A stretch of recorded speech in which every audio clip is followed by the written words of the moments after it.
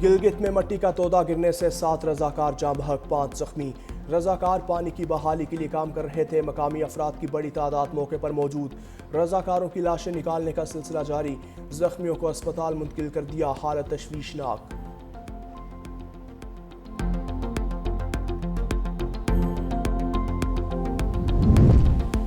गजा में इसराइल के वहशियाना हमले तेज। अल शिफा अस्पताल के बाहर सहाफ़ियों के खेमे पर बमबारी। अल जजीरा के मारूफ सहाफ़ी अंसुल शरीफ 3 साथियों समेत शहीद हो गए। शोहदा में रिपोर्टर मोहम्मद करीकिया, कैमरामैन इब्राहिम ज़ाहिर और मोहम्मद नौफल शामिल। अल जजीरा का कहना है कि इसराइल सहाफ़ियों को खामोश करना चाहता है। गजा में अब तक 200 से ज़ायद सहाफ़ी शहीद हो चुके।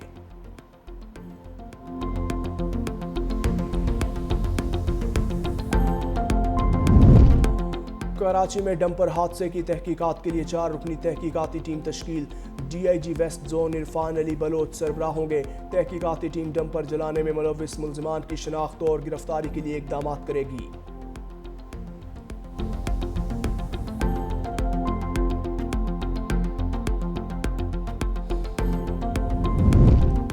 और दूसरे वनडे में वेस्ट इंडीज ने पाकिस्तान को शिकस्त दे दी। बारिश से मुतासरा मैच में पाकिस्तान ने पहले खेलते हुए 35 ओवर्स में 7 विकेटों पर 171 रन बनाए। वेस्ट इंडीज ने DL सिस्टम के तहत 181 रन का हदफ बआसानी हासिल कर लिया। सीरीज 1-1 से बराबर। सीरीज का फैसला कुन मैच कल खेला जाएगा।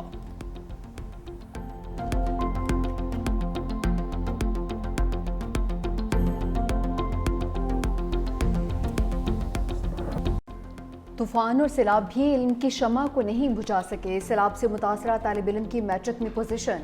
वज़ीर आज़म शहबाज शरीफ से मुलाकात। बलूचिस्तान के तालिब इल्म इकरामुल्लाह काकड़ ने रावलपिंडी बोर्ड में 3री पोजीशन हासिल की है।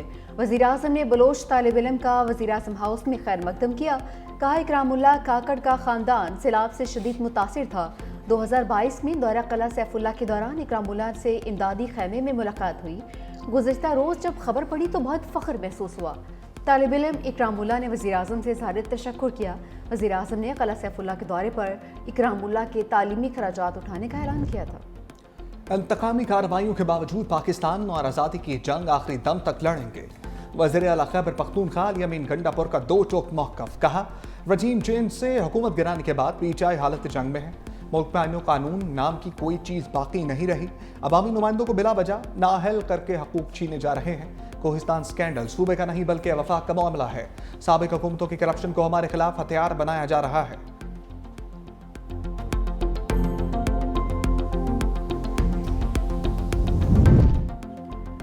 इस वक्त तमाम फैसले अमलन इंतजामिया के दबाव पर हो रहे हैं। असफ कैसर की मीडिया से गुफ्तगू। कहा केसेस मेरिट पर सुने जाएं तो मुकदमात में कुछ नहीं रखा है। मुझे खदशा है मुल्क एक शदीद इनाकी की जानिब जा रहा है। सेनेट और कौमी असम्बली में ओपोजिशन लीडर्स को नाअहल करके तमाशा बनाया गया। ओपोजिशन लीडर के लिए मेरे नाम के हवाले से बातें दुरुस्त नहीं। 27वीं तरमीम का शोशा छोड़ा जा रहा है। इसके खिलाफ वकला तहरीक चला रहे हैं। बाजवा की मुद्दत मुलाजमत में तोसी पर कौम से माफ़ी मांग ली। वज़ीर इत्तलात ताड़त ने असद कैसर की प्रेस कॉन्फ्रेंस को गुमराहकुन और हक़ाइक़ के मुनाफी करार दे दिया। कहा मुल्क की मईशत के बारे में गुमराहकुन बयानात अवाम के हक़ में नहीं। क्या आपको यह काबिल कबूल नहीं कि तरसीलात ज़र 38 अरब डॉलर तक जा पहुंची हैं?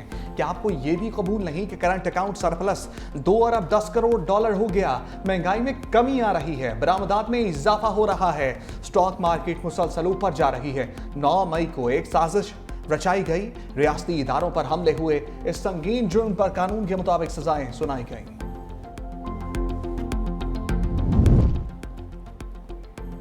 मोदी के बुरे दिन चलने लगे। सिफारती नाकामी के बाद अपोजिशन की जानिब से इंतखाबात में धांधली के संगीन इल्जामात। BJP सरकार की मुश्किलात मजीद बढ़ गईं। पाकिस्तान के साथ जंगबंदी और अमरीका से सिफारती सर्दमोहरी भी मोदी के लिए इम्तिहान बन गई। बैनुल-अक़वामी खबर एजेंसी रॉयटर्स ने मोदी के मौजूदा दौरे इक़्तिदार को मुश्किल तरीन वक्त करार दे दिया। आइंदा हफ्तों में चीन और रूस का दौरा मतवक्के। भारतीय वज़ीर-ए-आज़म के लिए कड़ा इम्तिहान। बिहार के रियासती इंतखाबात में मुमकिन शिकस्त मोदी सरकार के ताबूत में आखिरी कील साबित हो सकती है। पाकिस्तान ने, पाकिस्तानी अफवाज ने, पाकिस्तानी फोर्सेस ने, पूरी कौम ने मिलकर भारत को इबरतनाक शिकस्त दी है।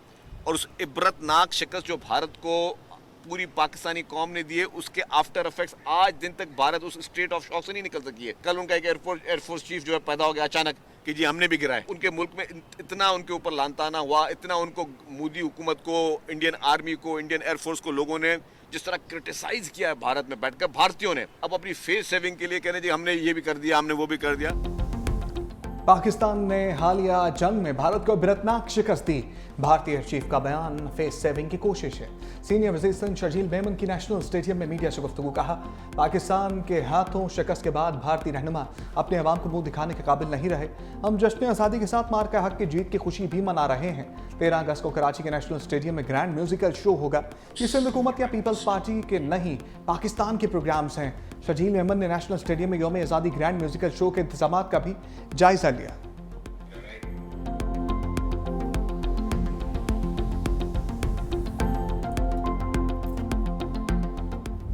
दिल्ली में इंडिया का तिरंगा नहीं चढ़ाने देंगे, गुरपतवंत सिंह का ऐलान। कहा कि मोदी को झंडा लहराने से रोकने पर 11 करोड़ का इनाम रख दिया। मोदी का जालिमाना रवैया और गासबियत पसंदी कबूल नहीं। भारतीय पंजाब में मुसलसल नस्लकुशी हो रही है।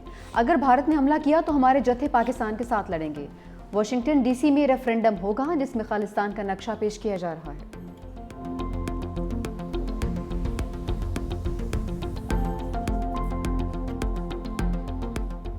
सखर में मार्के हक और यौम आज़ादी की रंगारंग तकरीब।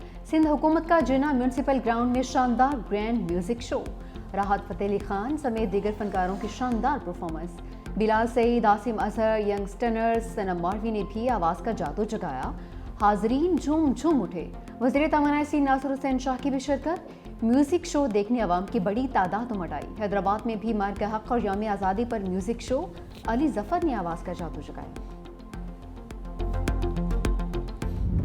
ए वतन प्यारे वतन, जश्न आज़ादी तकरीबात जोश व खरोश से जारी। कराची में साहले समुंदर पर मिनी मैराथन। मोहम्मद सज्जाद और महानूर की पहली पोजीशन। लाहौर में ख़वातीन की साइकिल रैली, बड़ी तादाद में साइकिलिस्ट की शिरकत। आज़ाद कश्मीर के शहर बाग और डेरा इस्माइल खान में भी साइकिल रैलियाँ। जश्न आज़ादी की तकरीबात का सिलसिला 14 अगस्त तक जारी रहेगा। मुख्तलिफ स्पोर्ट्स मुकाबलों का इनेकाद भी किया जाएगा।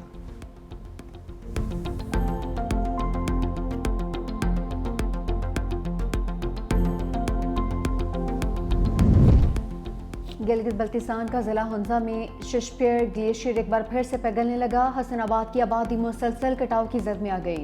पानी के बड़े रैले से चीन को पाकिस्तान से मिलाने वाली मरकजी शाहराह कराक्रम का हिस्सा बह गया।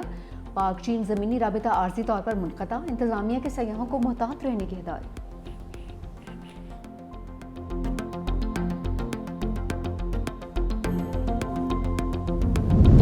लाहौर में बादलों की गरज बरस, कहीं हल्की कहीं तेज बारिश। मौसम खुशगवार। गुजरांवाला में भी बादल बरस पड़े। गर्मी का जोर टूट गया।